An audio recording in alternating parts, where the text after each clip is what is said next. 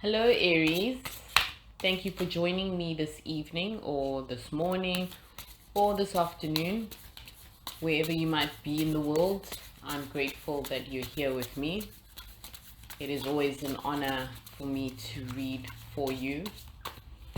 You can email me at mfirst@gmx.com for your personal reading. I would be so happy to read for you. I'm just going to do one or two more shuffles for your reading today.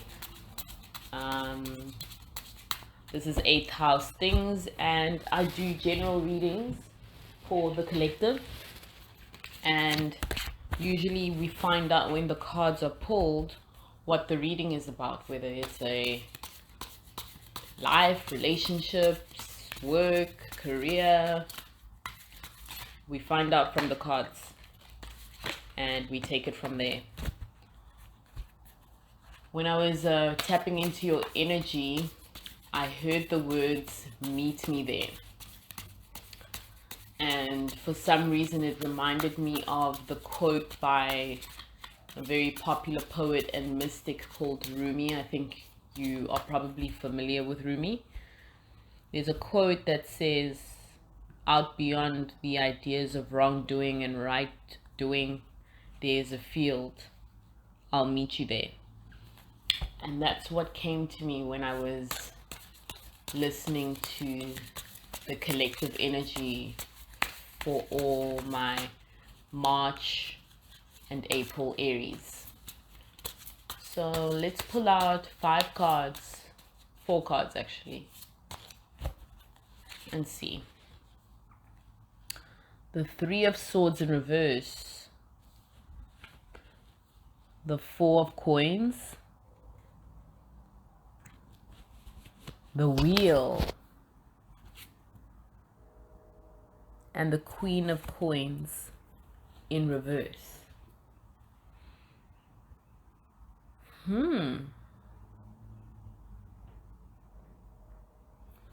So, Aries, this is a very interesting start to your reading.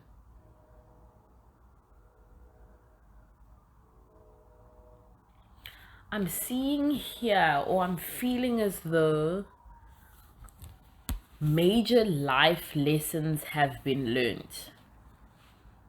That's what the spread is telling me so far. Just monumental lessons in life have been learned, and you had to learn the hard way, but you've received the lesson has been well received. That's what I'm hearing. With the 3 of Swords here and the Wheel just standing out to me, it feels like it's a new era in the life of Aries. A new era, a new attitude, a new way of doing things. We're setting old ways aside and welcoming just a new way of, a new perspective. I'm really intrigued by the 4 of Coins coming out, as well as the Queen of Coins in reverse. So what the 4 of Coins is telling me, just hold on a sec, Aries.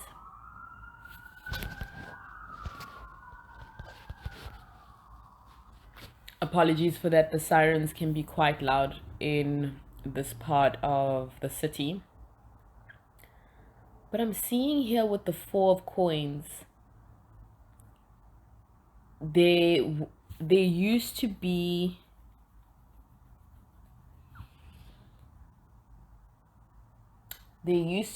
a habit that you couldn't quite rid yourself of. You were very attached to earthly things. You were very attached to the things that gave you instant gratification. That's what I'm feeling. And you may have presented yourself as the Queen of Coins, but this need for instant gratification, that's why it's in reverse. You actually weren't. So what I'm seeing is that you were a person who was all about appearances, and now you no longer need to feel that way about yourself. Now you've seen how detrimental that kind of attitude can be.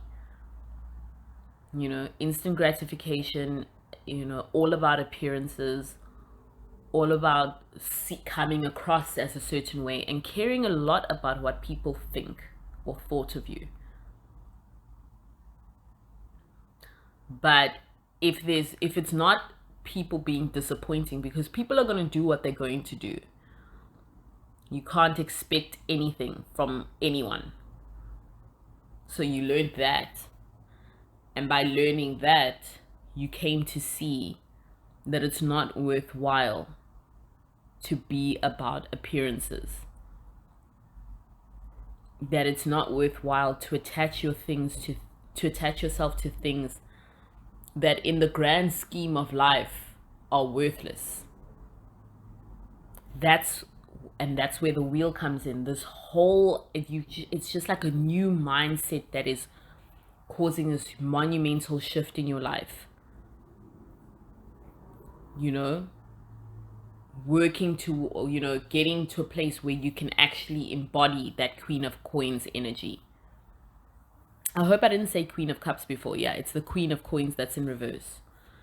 So that's what I'm feeling here. It's just like the facade is no longer serving you well. You know, we're keeping up with the Joneses. Why? Why?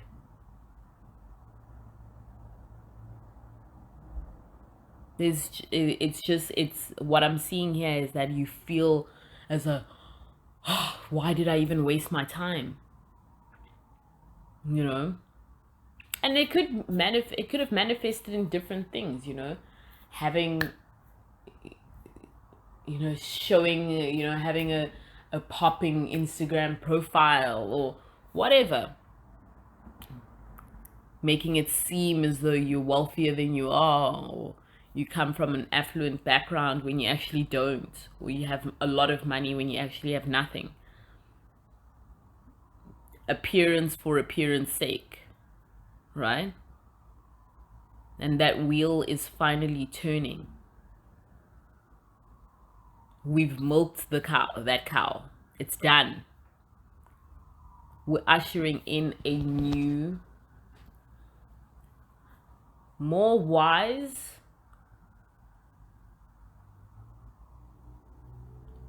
and more aware Aries. So what was the catalyst to this, Aries? What was the catalyst to this seeing things for what they really are, and that they no longer, and that they can no longer possibly serve you well? What happened? What was the, why did we need to do this? Oh, the sirens, Aries. Please hold on while I pause. Thank you for your patience, Aries. So let's see what the catalyst was to this huge shift from being that person to kind of just getting over yourself. That's what I'm seeing. Getting over ourselves. What happened? Okay.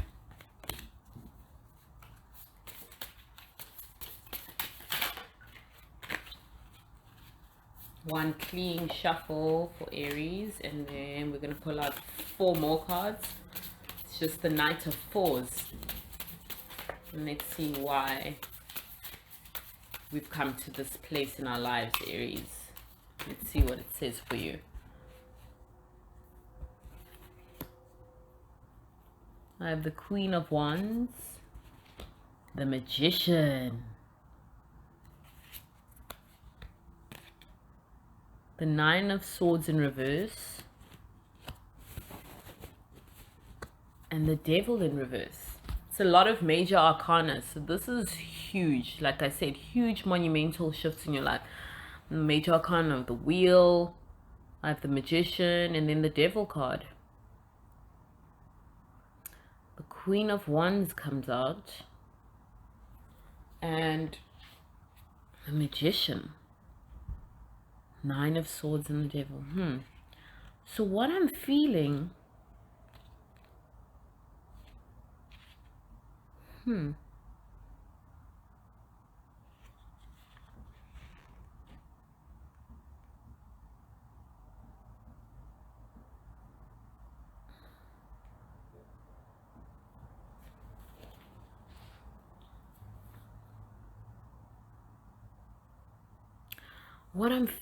is that, you know, we speak about duality. There's duality in life, there's pairing in life, there's yin and yang, there's hot and cold, there's, you know, there's that opposite energy. And for a while, Aries, it seems as though your energy was leaning more towards the characteristics that a masculine would embody. Very determined, very hardcore, very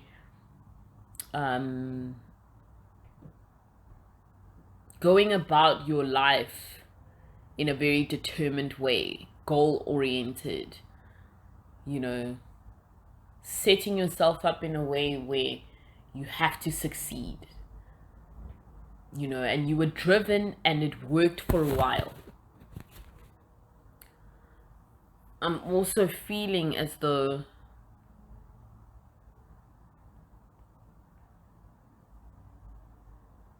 it led you down a path that kind of felt incomplete, cold, you know. You saw the world through a lens that was very one-dimensional, and it kind of, as much as you were orchestrating a lot in your life and making major moves, it kind of left you sort of like, wow, is this it? Is this life? Surely there's got to be more than keeping up with certain appearances or coming across a certain way because that's what's expected of me. And a lot of what you were doing had to do with what you thought people expected of you. Again, with thinking way too much about what people thought of you. And I'm not going to lie to you, the Queen of Wands had come out reversed. But a part of me told me to reject the reversal and put it upright. But now I'm seeing that it's a combination of both. It's telling me that I have to tell you that both sides of the Queen of Wands, the reversal as well as the upright version, the message is both. That I need to tell you that you can't neglect one side for the other. It doesn't work that way. You can't be in one kind of energy. You have to accept that there's duality even within yourself, right? You've pretty much suppressed the side that is warm and inviting and carefree and doesn't really and could care less what people think, and is living for you but is still nurturing and kind and welcoming. The complete opposite to what you've been doing. Very individualistic, you know, thinking about yourself, self-absorbed, all about you and how you're perceived, and you know, what will they think of me, and me. And now it's time to embrace the other side. And you're a magician, right? You decide, you orchestrate, you get it done. And you have. And now it's just time to do it a little differently, or a lot differently.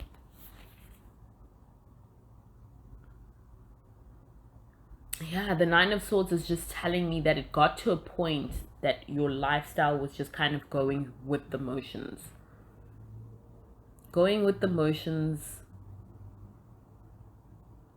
kind, and a sense of ambivalence.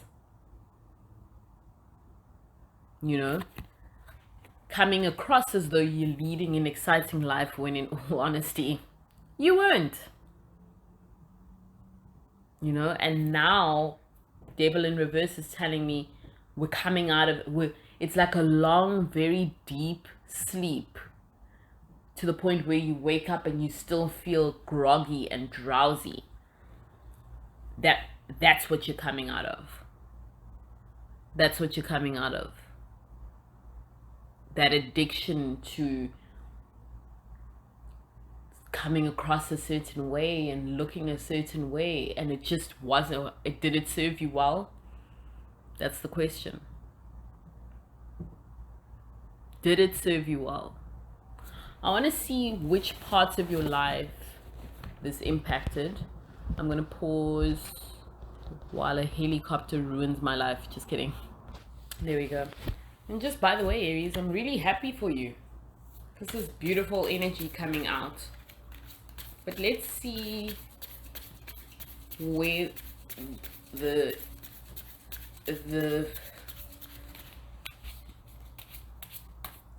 facade, that you've been carrying with you, where it had the most impact in your life, and